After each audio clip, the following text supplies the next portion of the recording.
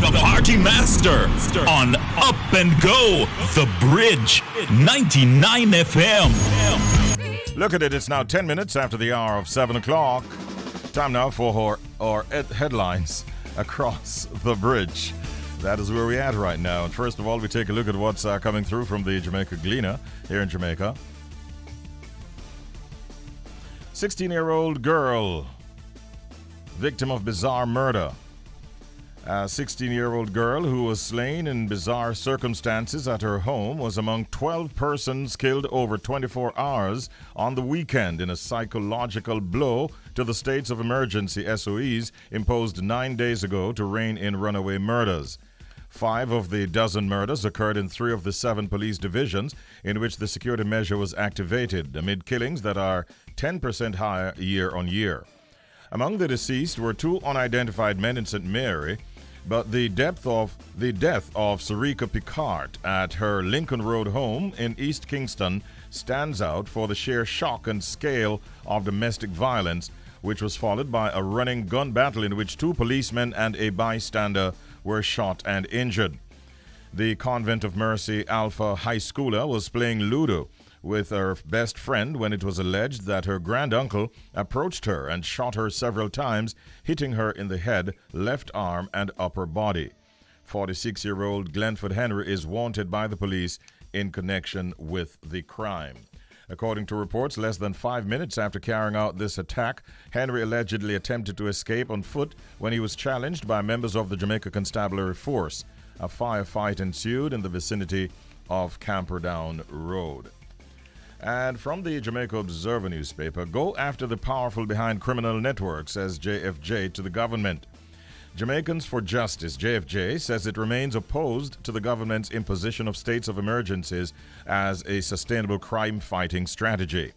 While JFJ is equally concerned about the pervasive crime and violence and the spate of killings and of members and or citizens, fear, they say, cannot be a driver of public policy. In our experience, knee-jerk reactions to tackle crime and violence often result in the infringement of the human rights of the most vulnerable, the rights organization said in a release in the wake of the SOE announcement.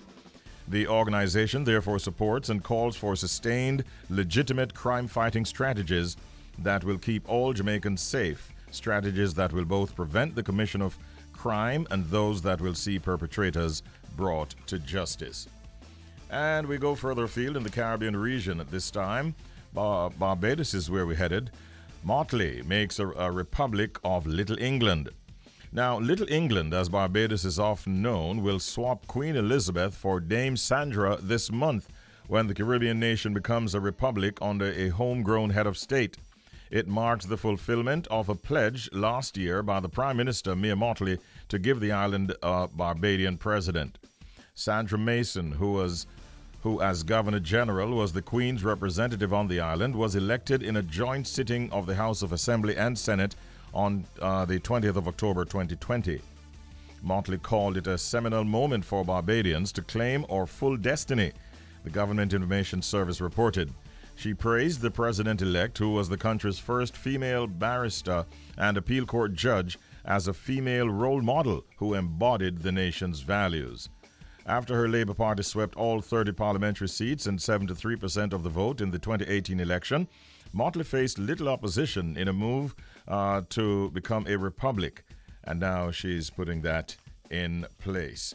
And finally, in our headlines across the bridge, 5 killed and more than 40 injured after a vehicle barreled through a Wisconsin Christmas parade, according to officials. 5 people were killed and more than 40 were injured when a vehicle drove into a Christmas parade yesterday afternoon in Waukesha in Wisconsin, according to officials. These numbers may change as we collect additional information. Many people have self-transported to area hospitals, according to the official from Waukesha. Witnesses described the horror of seeing individuals struck and lying on the ground after a red SUV drove through a series of barricades and barreled into the crowded parade route on Main Street around about 4:39 p.m. local time. Police Chief Daniel P. Thompson said officers are working with the Waukesha County Medical Examiner's Office to identify victims. And that's all the time we have with you right now inside of our headlines across the bridge. Brings our time now to 15 minutes on the downside of 7 o'clock. We're only 15 minutes into the program. It is up and go, and you're on the bridge.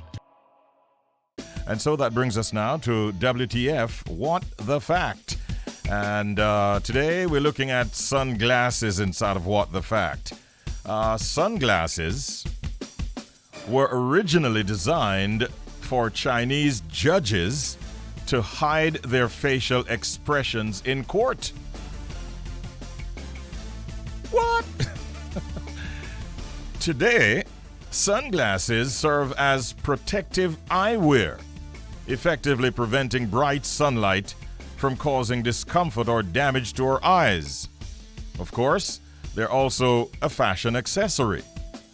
But sunglasses, ladies and gentlemen, were originally made of smoky quartz in the 12th century in China. Where else? And they were used by judges to mask their emotions when they were questioning witnesses. That is the origin of sunglasses. When I saw this, I was like, what the fact? Yeah, WTF. And that is what it's all about. We give you some interesting, sometimes strange, almost unbelievable, I said almost, unbelievable facts that you can use. Yeah. So like if I were the judge in that case with, what's his name, Rittelhouse, a young man there in the United States, I'd want to be wearing sunglasses if I were the judge on that case, because when I saw the way he was crying the other day, I'd kind of want to mask that so that it doesn't make me want to be easy on him when he has done certain things that put him before me in the first place, you know. But that is how it is, ladies and gentlemen. That was What the Fact. Join us again tomorrow morning. We should be doing it around about 7:25. Some interesting facts in WTF right here on Up and Go. It's time for us to go to our proverb of the day. And as usual, we play a proverb. And then we invite you to call us, 876-676-4996. And we test your ability to interpret the proverb that you would have heard. And so it's now time for the proverb of the day. Let's listen to today's proverb right now. Take time, mash ant, you're fine in belly. Let me hear that again.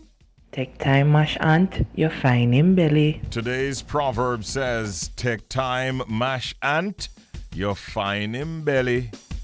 What does that really mean?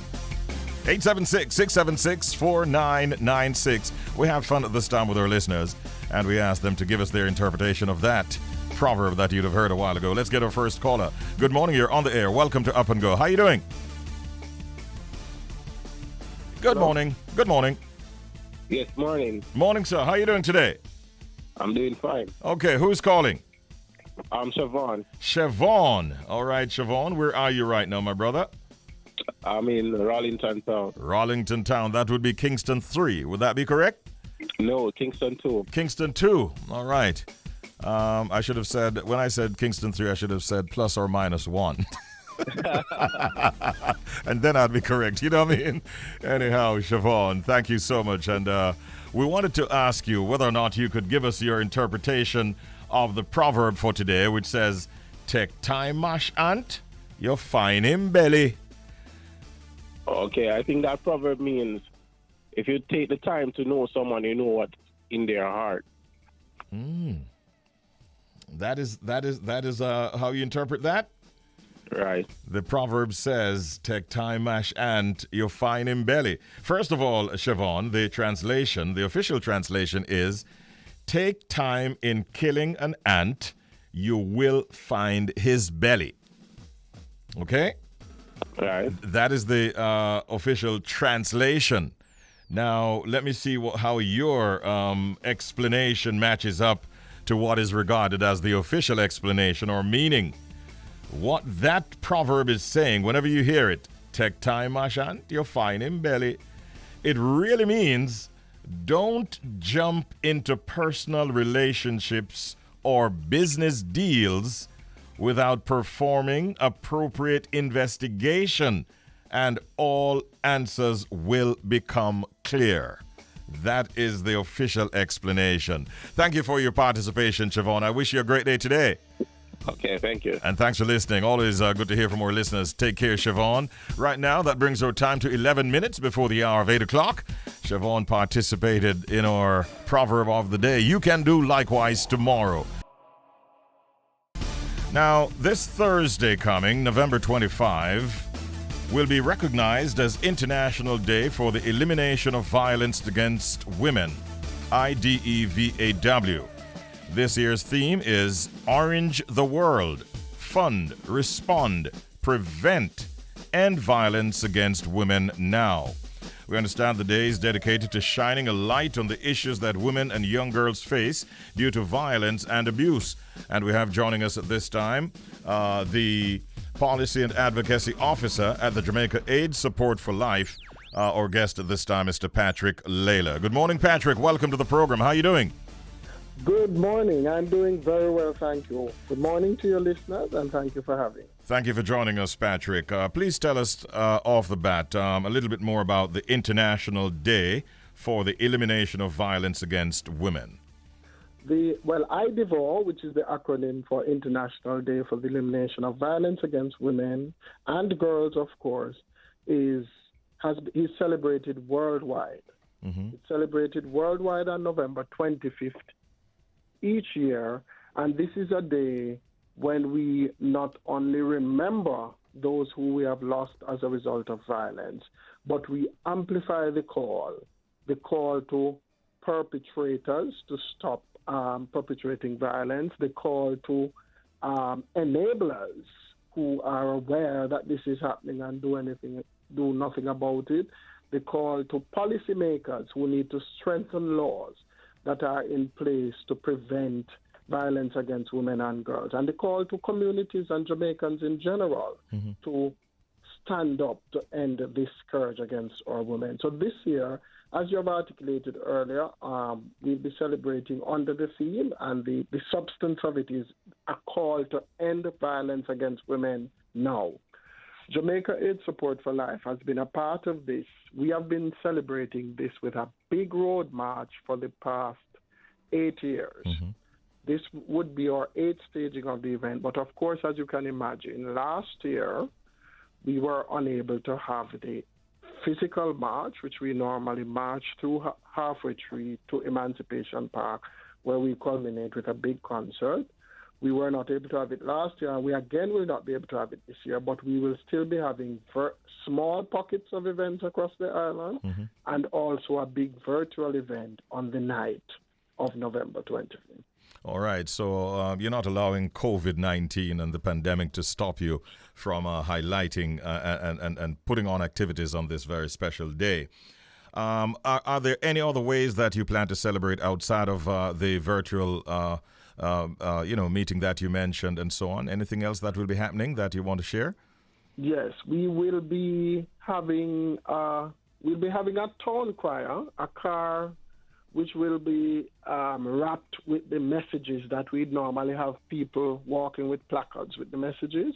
We'll have a car wrapped with the messages, which will be circulating the corporate area in St. Catherine from Halfway Tree, Spanish Town, Portmore, downtown Kingston. Just a small contingent with the town choir and the dance group going around shouting the messages that we'd normally have on the day. And we will also have alongside that our testing bus, because as you may know, Richie, violence against women is both a cause and effect of HIV. So people may wonder, why is an organization like the Jamaica Aids Support for Life interested in this issue of violence against women? And it is for that very reason. We have many women in our care who became HIV positive as a result of sexual violence, as a result of being in abusive relationships where they cannot negotiate condom use, they cannot decide when and how they want to have sex, and as a result they have sex on the terms of the abuser and at times end up with HIV and other STI. So realizing this strong connection between violence, sexual violence in particular, and HIV. This is an important part of the work Jamaica Aids Support for Life does all year round. The very sad story of Sarika Picard, who was killed by her, I think, grand uncle at her Lincoln Road home in East Kingston, is very much in the news at this time, Patrick. And that is obviously domestic abuse resulting in death. These are the kinds of situations that would no doubt get your attention as well, wouldn't they? Definitely, it is. And our communications team is currently working on a release on that very issue, as you mentioned. It most unfortunate young lady, but these are the issues that we seek to highlight and people to understand that many times people confuse domestic violence with intimate partner violence, but it's not just about intimate partner. So that was a grand uncle killing his grandniece, and you have the domestic violence spanning siblings, brothers and sisters, mother and father, father and son, mother and daughter, uncle and aunt, family members generally. And that is, our work is to end violence in all its forms, not just against women, but domestic violence in general, family violence, intimate partner violence, and all the other forms that gender-based violence face. Yes. Interestingly, the UN statistic shows that 1 in 3 women, 1 in 3, that is 33% of women at some point in time experience violence in their life. 1 in 3. Oh. And then interestingly, only 1 in 10 actually report it to the police. So that is a bit of statistics I'd want us to think about and understand why in the middle of this pandemic, we cannot forget the other pandemic, which is violence against women. Actually, you preempted me there because I was actually going to move into that area where we ask you to share with us some data when it comes to violence against women in Jamaica. Those are startling, actually, that you just mentioned. And is there a way that persons can reach out to you, though, if they're having difficulties? How can you be found? Yes, of course. We are on all social media platforms. We are Jamaica Aids Support for Life on Facebook, at Jassel Info on Instagram, Jassel Tweets on Twitter. Our website is www.justforlife.org. You can find us on almost any social media platform. We have a YouTube channel as well, Jamaica Aids Support for Life. And persons who wish to call us can call us at 925-002122. That's 925-002122. Or send us a message on any of our social media platforms and someone will reach out to you. Before you go, Patrick Lalor, let me ask you, are there any programs to teach both men and women how to maybe solve problems without a physical, any form of physical altercation? Definitely. We at Jamaica Aids Support for Life, we have programs that both target women and men. We have our programs that target men to end violence against women, so where we teach them how to settle disputes and how to be champions in their community, to ensure that they don't see violence being perpetrated around them. Our partner, one of our major partners, E4 Life, that has a community change champions program as well, that targets communities and men and boys to ensure that we have them as the guardians in the community to ensure that violence against women does not continue. So there are programs here and there. We do our best, and I'm sure there are other entities that also work in communities to help to deal with this issue of violence against women. All right. So once again, then, the International Day for the Elimination of Violence Against Women. I think you call it IDEVAW? IDEVAW, that is correct. Yes, that's coming up. I didn't say Richie, I want everyone to join us on Facebook. The major event is 8 p.m. On Thursday, the 25th. Thursday night, yes. Right, on Jassel's Facebook page and also on Trudy Bell's Facebook page, which is a social media activist that we partner with on this subject matter. All right. So they can log on to Jassel's Facebook page or to Trudy Bell's Facebook page, and we'll be hearing from both survivors and providers. Sounds good. I wish you well with the day of celebration and all of your other activities. Thank you for spending some time with us here on Up and Go and sharing details that I'm sure that the nation can use. Have a good day, Patrick Lalor. Thank you. My pleasure. Thank you for having me. All right. He's the Policy and Advocacy Officer at the Jamaica Aids Support for Life. That was a chat with Patrick Lalor. And you heard a lot of details in relation to the upcoming IDEVAW, which is the International Day for the Elimination of Violence Against Women. The theme this year is Orange the World. And it continues. Fund, respond, prevent, end violence against women now. That brings our time to 11 minutes on the downside of 8 o'clock. Welcome right now to the Secret Sound Game. And whoever came up with the sound must be saying, man, I definitely have one that is beating everybody real bad. Never knew it'd have lasted this long. Still $99 US in the jackpot, and this morning we're at 9 times $99 Jamaican for giveaway. One person will or can win that amount of money right here this morning. In fact, right now, if they have the correct answer to our secret sound game. Here's the secret sound that you must identify to win. That is the sound that has been baffling the entire nation. I feel like it's baffling the world. 876-676-4996. Time now for the secret sound game. Call us and win the money, please. It's about time. Good morning. You're on the air. Welcome. Hello. Hi, good morning. Good morning. How are you doing? Good, how are you? How was your weekend?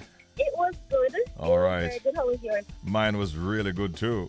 And I'm happy to be alive. Now, who's calling? Kimberly from Kingston. Kimberly. Still trying at it. You've tried before, right, Kim? Yes, I have. Well, I hope today's your lucky day. We've given you some clues. You'd have heard those already. And you'd have heard a number of answers that were given that were incorrect. You yourself would have tried before, so you must be changing the answer that you'd have given us before. Let's find out what Kimberly has for us this morning. What sound is this that you're hearing right now? What's your answer, Kimberly? My answer is a meerkat. A what? A meerkat. A meerkat? Yes. She says a meerkat. Is that what you said, Kimberly? Yes, I said meerkat. You sticking with that answer? I'm sticking with the answer. All right, I hear a lot of confidence coming through in your voice. Kimberly, guess what? That is not right. I'm so sorry. Oh, I'm so sorry, Kimberly. You know I'm sorry. Come on, you know that. OMG, Kimberly is not right. When will we get the correct answer? My God, good morning. 876-676-4996. It's a lot of money we're giving away. $99 US and 9 times $99 Jamaican. Come on, somebody. Good morning. You're on the air. Welcome. Hello. Good morning. Hello, good morning. Hi, good morning. Welcome to Up and Go and to the Secret Sound Game. Who's calling? This is Yasmin. Yasmin. Yes, everybody's Hey. getting beat by this. I wonder if I'm going to get knocked to, I suppose. You have a way of beating us, you know. Yes, I have a feeling this one going to knock me really hard. Oh, it is hard? Yeah. Oh, well, you've been to the winner's enclosure before, so you've tasted victory. Let us see what you come with this morning, Yasmin. Let's hear your answer. What sound is it that you're hearing in our secret sound? Richie? Sorry, you want to hear it? You want to hear it again? I'm thinking it's a fat tail opossum. Possum. You said you think it's what? Sorry, repeat? Yes, repeat, yes? A fat tail possum. A fat-tailed possum. You laugh. You laugh when you said it, Yasmin. What you come with this morning, Yasmin? Turn the radio down in the background. You have won before. I think Yasmin was the first winner, wasn't she? And at that time, it was 2 times $99 Jamaican. Now she's going after 2 times $99 US. This time she's going after $99 US and 9 times $99 Jamaican. You said you think it's a fat-tailed possum? Yes, sir. You think you've done enough to go into the winner's enclosure again? Richie, Don't do this to me. Every day you get the laugh there. So like every week, dear. I say, are you going to do it to me, though, after a laugh? You know what is what I'm marveling about is that you don't even sound confident with an answer like that, Yasmin. So let me just give it to you straight up. Yasmin, that is wrong, baby. Sorry about that. Sorry. Try again, Yasmin. We're out of time. And that was the Secret Sound game. Let's remind them of the sound before we go to our interview. What sound is that? Throughout the program, I'll share with you I'll repeat 3 clues that we've given you so far to see if you can, in fact, nail it tomorrow morning when it will be $99 US and 10 times $99 Jamaican that will be in the jackpot in the Secret Sound game. Right now, it's time for us to have a chat with a political and social commentator. Facts are at least 272 of the persons charged for serious crimes in the last decade have committed the same offense while they're out on bail. These are startling facts that were shared recently by the head of CTOC. We're talking about Mr. Fitz Bailey, Deputy Commissioner of Police.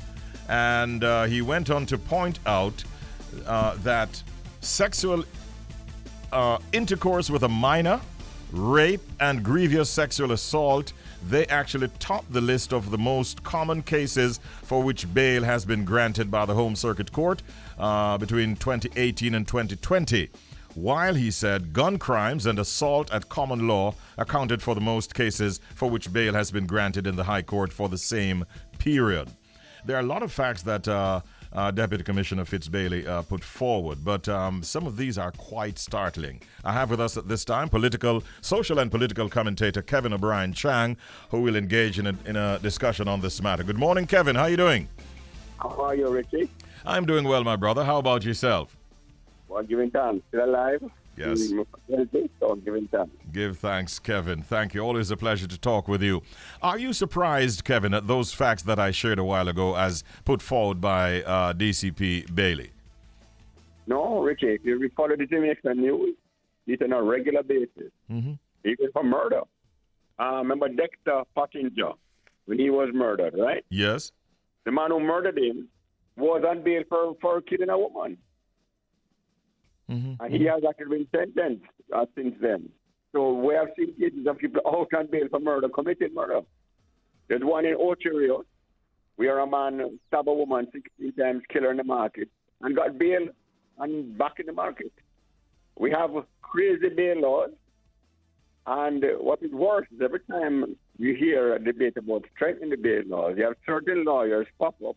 No. And I did one of the police, Mr. Fitz Bailey. I've heard him on the radio many times, almost in tears, talking about the bail laws. How we catch these people, this and that, they let them knock out on the streets and they commit other murders.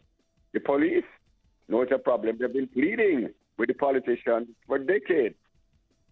And the politicians do nothing.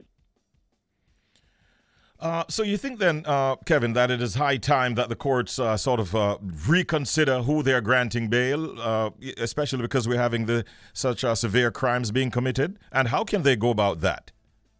Well, we need better bail laws. I'll give you look at England or UK. Mm-hmm. I read this one for murder, right? Yes. Section 1 for whatever provides a bail may not be granted to someone charged with murder unless the court is satisfied that there is no significant risk that if released on bail, that person commits an offense that will be likely to cause physical or mental injury to another person. In coming to that decision, the court must have regard to the nature and seriousness of the offense, the suspect's character and antecedents, and his record in relation to previous grants of bail. Mm-hmm. Now, this is the UK. Yeah. All our laws come from the UK, right? They're certainly not human rights transgressors. If whenever you hear the talk about bringing up tougher bail laws in Jamaica, human rights, and the lawyers pop up. Now, you can't tell me that Britain, they have like 100th of our murder rate. And who will get our laws from? That we can't get laws as tough as them? Look at that, as I say, the murder that people come out we Mandeville, I can tell you. Mm-hmm. We had a case, somebody I knew well got murdered, right? Yeah. person out on bail, and laugh. People tell me they're laughing and joking with other people. Now think about the distress that must cause the family. And other things. If you notice, the British one said that if it's going to cause distress to people out there, or emotional or physical distress, you won't get bail for murder. And this is murder. Right. And there are others, the rape, the carnal abuse, the shootings.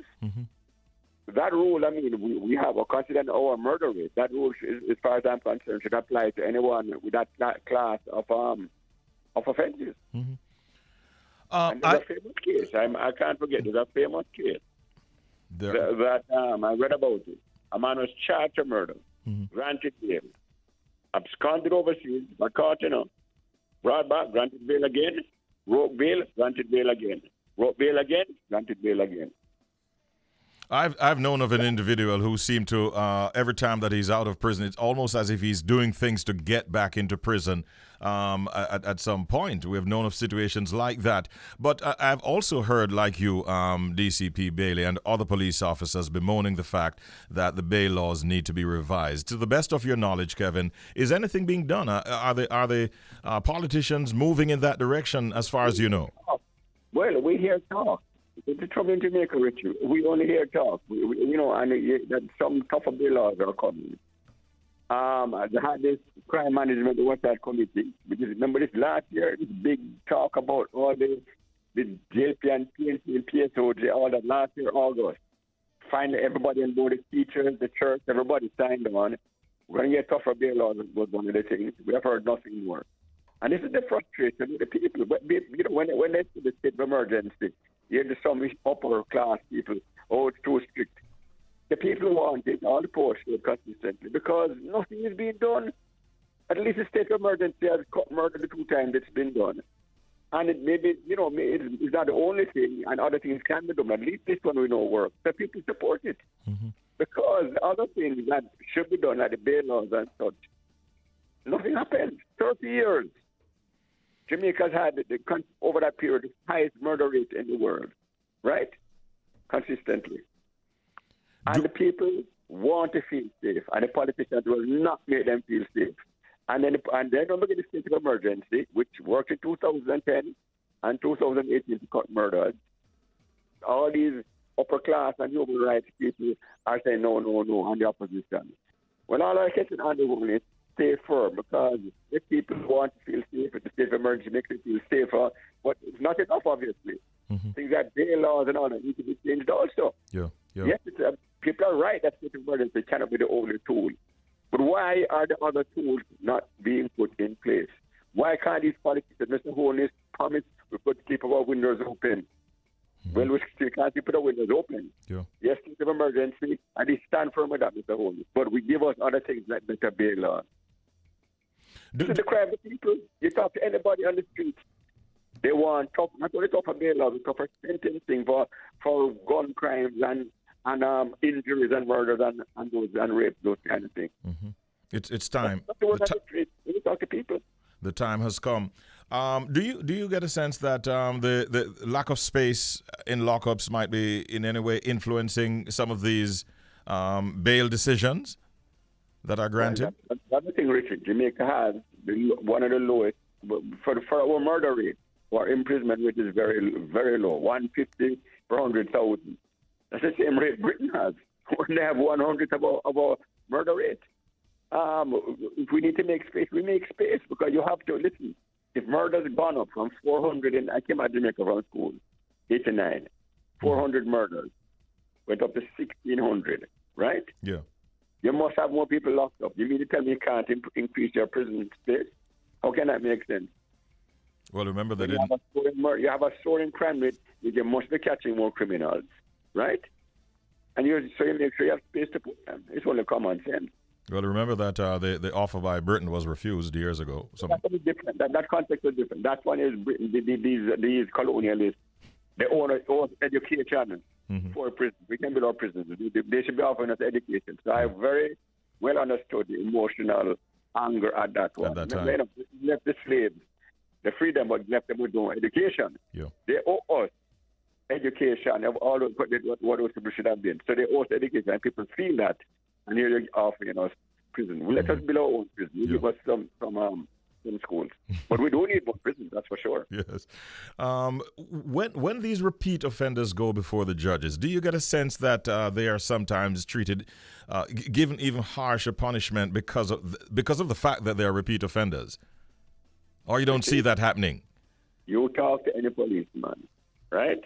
I talk from high to low. And I said, boy, you guys, you could only lock up everybody, you're catchy and not get no phone call. And they all look silent and laugh and shake their head. They can't say it obviously, but that's the constant thing. Some of them will say it. They know who the criminals are. Yeah, most of them are repeat offenders. When they catch them, they get phone calls from on high. That's it. Richie, you know that too, right? Yeah, we've heard it a lot. Yeah. And this is the issue. The politicians will not admit that, look, we are at fault, we need to change our behavior too. And that is the issue. Even in state of emergency. Now look at 2010. Murder fell 40%. The public was bawling for it to be extended, the state of emergency. What happened? Both parties conspired to vote it down. They needed 31 in Parliament. JLP want to bring 29 and PNP abstain. Now you can't tell me those are some conspiracy. Orlando wants to say he was bawling to them. And the thing is, he's on tape. Yeah. He pleaded with the opposition to work with him and all that, but his own party didn't want it. But he has the power now. The Holiness, no excuses for you. You do the people's bidding, sir, and the people will be with you. Speaking of the state of emergency, I saw some facts where on the weekend, in a 24-hour span of time, there were some 12 persons that were killed. It is now being put forward that even the state of emergency is suffering a psychological blow, because if you're having, and some of these murders were taking place in areas where there was a state of emergency. How do you read into that, Kevin? That shows even more evidence the state of emergency is needed. But clearly, if you're going to get out of control, you need tougher measures to get under control. As somebody said to me, Richie, how they are like in the state of emergency. You water the pipe bust. Water's flooding in the place. Yes, the pipes are old, they're crystallized, they need replacing. But the first job is to fix the bust pipe. Stop the flooding. The blood is flooding the country. Stop the flood of blood. Then you look about replacing the pipes, changing laws, like the bail laws and equipment, all that stuff that is needed. But the first thing is stop the bleeding, stop the flooding of the blood is flooding the country. So when I see that, I said, well, it's even more evidence that the state of emergency is needed. 5 of those took place in there. But there are others, Richard, where a mental change is needed. Yes, here, look at it. Brother killed brother. Man killed or shoot down girl. The 16-year-old girl, her uncle killed her. Granduncle killed her, yeah. Whatever. Yeah. But Jamaica has this mentality, and we all know it. Dismay for dead. Right? And that is a mentality. A lot of the domestic violence, all that happens. And that mentality needs to change. I mean, every country in the world has arguments and quarrels, Human nature. But nowhere else do quarrels end in death like Jamaica. Nowhere else. These are all facts. Kevin, it's great. That's mental. That's so the government has to work on the physical state of emergencies, but we need a mental, cultural shift. Normal. Yeah, we do. I agree with you, Kevin. I read a quote from P.J. Patterson's book the other day, and somebody told him, if Jamaica ever cut its crime rate, we have to start rationing hotel rooms. So many people don't want to come here.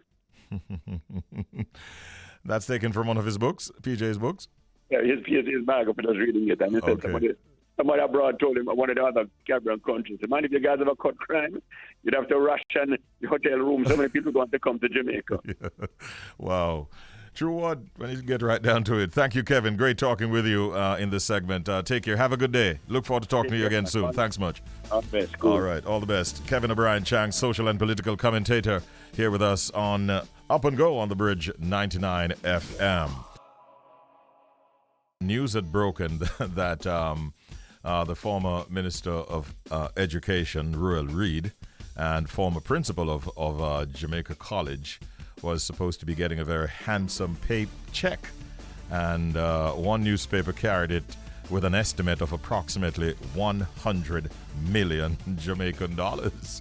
And so we were in the barber chair on Sunday, and there were a lot of conversations in relation to that award. And many people were like, so the ministry is not going to pay anything out of that? The Ministry of Education? People were like, so what? GSC have so much money. Where am I going to get that money there from?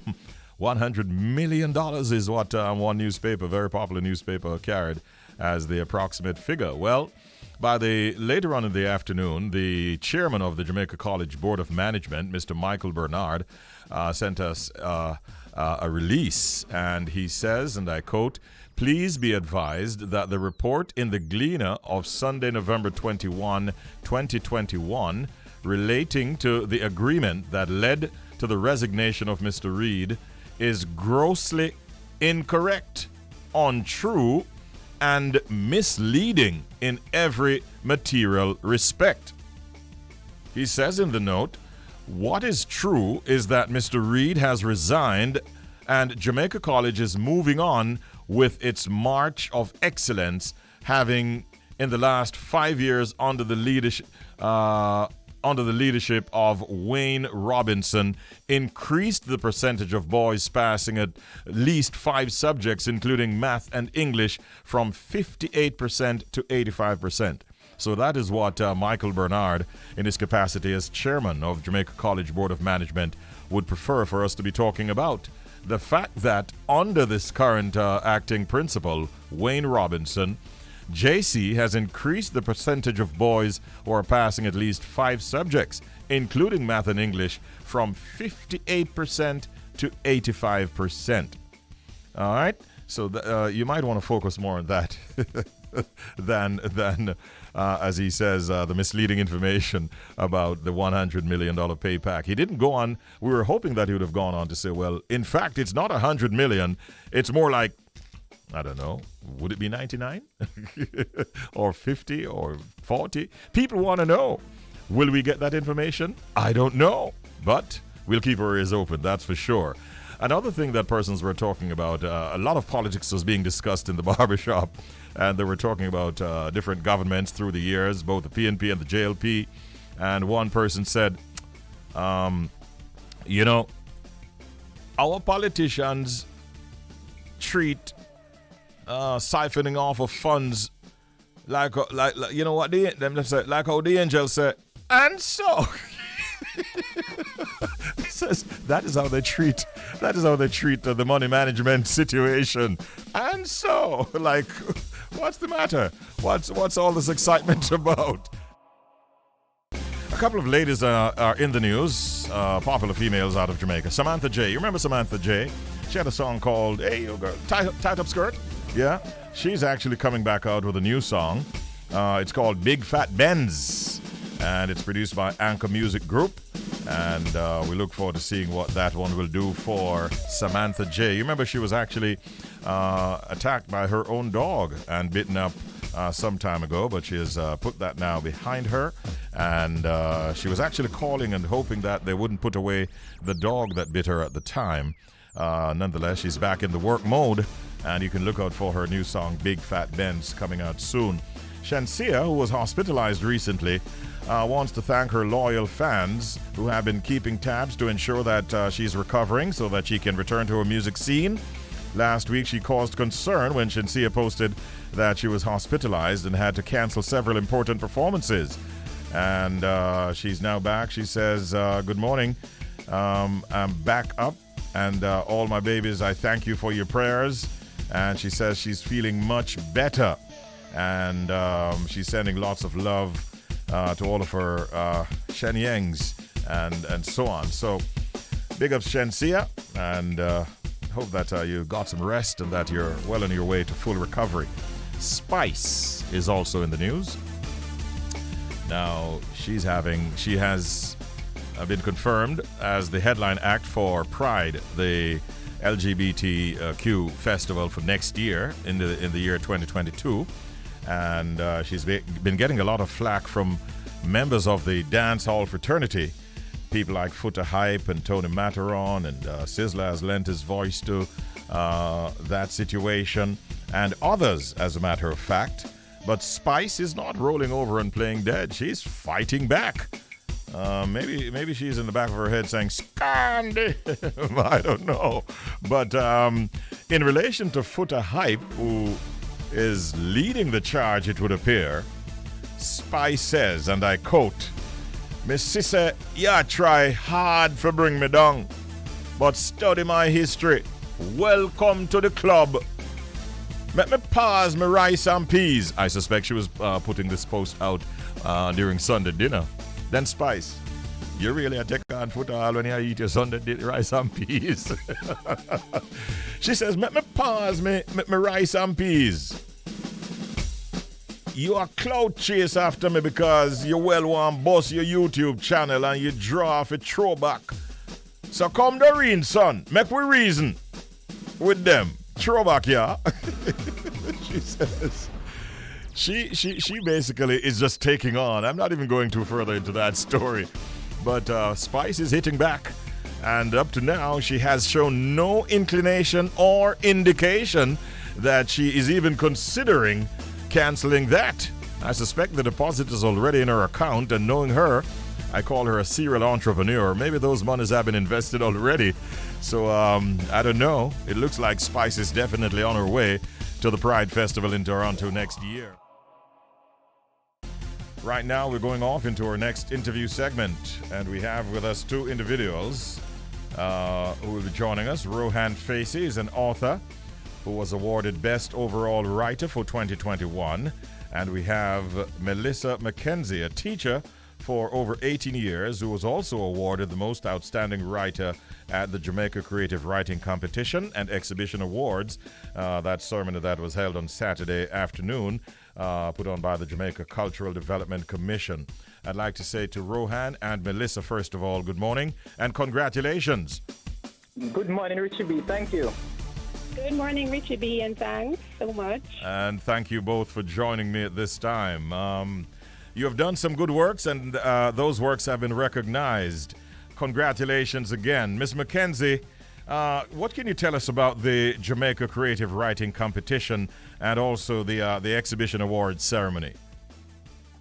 Well, I know that the JCDC is committed to unearthing and developing talents, giving the work, the creative writing of the different writers visibility. I know that they're very invested in ensuring that writers are given the opportunity to showcase their work in a broader space. Mm-hmm. What made you personally, Ms. McKenzie, get involved in creative writing and in the competition itself? Well, for me, creative writing is life-giving for me. I think it is a part of who I am as a person. I've always loved reading. I'm an avid reader. I'm fascinated by words and the impact that words can have on, persons. And I believe that creative writing is such a powerful way of transforming lives in the way that it has transformed mine. Mm-hmm. As it relates to entering the competition, I've been basically hiding behind the scenes for a very long time. And I reached a point where I just decided that, it's enough is enough. I have delayed putting myself out there, long enough. And so about 2 years ago, or it should be 3 years ago, 2019, mm-hmm. I basically mustered the courage, to allow my words to take up space outside of my mind, Mm-hmm. And that was one of the main reasons why I decided to enter the JCDC competition. All right. Let me bring in Mr. Facey now. Rohan, how long since you've been an author yourself? Okay, Richie B. I've been writing since I've been a teenager in high school. I remember I first wrote a short story titled The Corpse, and it was published in the school's magazine. So mm-hmm. I've been writing from about 14, 15, and I still write to this day. So it became a passion, it seems, as time progressed. Isn't that right? Yes, sir, it is. And what have you published so far? All right, I have published a book of poems titled The Unusual Echo. so far. Mm-hmm. And how when did that come out, and how well is it doing? Okay, it came out in 2010, but as you might have heard, poetry doesn't sell very well, but so I've had modest sales for it so far. Mm-hmm. Mellisa, what can be done, or do you think enough is being done to encourage our youths to consider a career in creative writing? I think more can be done. I know collectively as a country, we can do more, to advocate for poetry as a form of expression, a viable form of expression. And so I think that over time, we can have more, entities coming on board, to promote, let us say, creative writing workshops, to basically facilitate the expression of words. Rohan, would you also like to see more being done in this area? Yes, Richie, I would like for more emphasis to be placed on it, have more competitions. I noticed the two newspapers tend to have some places in them that writers can send their works to. So we need more of that. And perhaps competitions too with prizes, attractive prizes, so that young people will enter. Right. Now, Mellisa, you're now regarded officially as a published author. What have you put out so far, and how well are they doing? Well, I have bits and pieces, so I don't have, I would say, a body of work out, but I published for the Daily Gleaner. Some years ago, I had a couple of short stories out. I have a published poem in the Caribbean Writer. I'm a part of an anthology dedicated to Miss Lou, and that's coming up shortly. So as it relates to a body of work, I do not have that out yet because I'm putting myself out there, in a gingerly way. Well, I suspect that will come, because so long as you continue to write, I'm sure the urge and even the attraction of publishing will become a part of your sphere. Take us now to the awards ceremony. Rohan, how did you greet the news of your award? Richie, I was taken aback. At the same time, I was elated.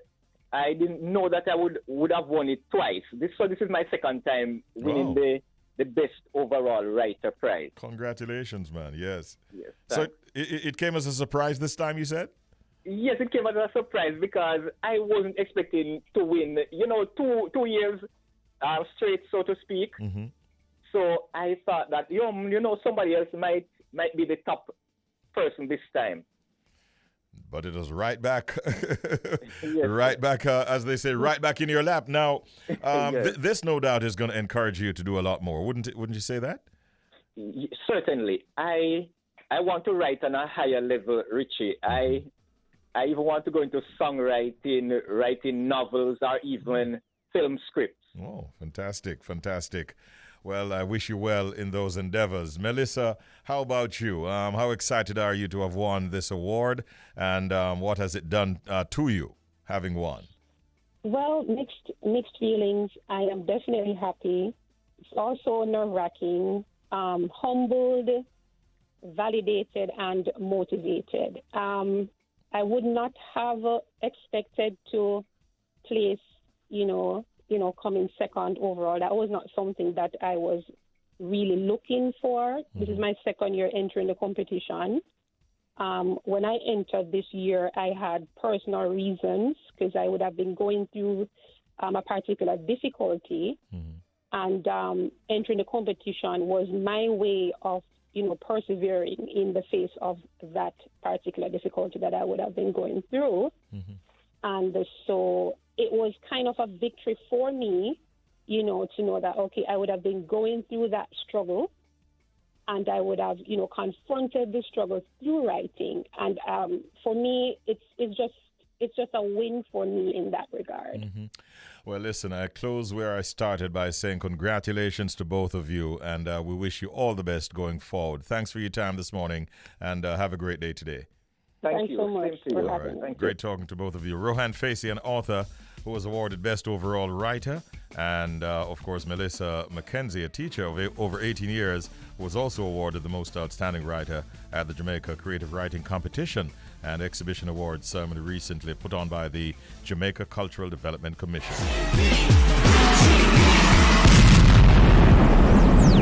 Richie B, the party master, on Up and Go, The Bridge, 99 FM.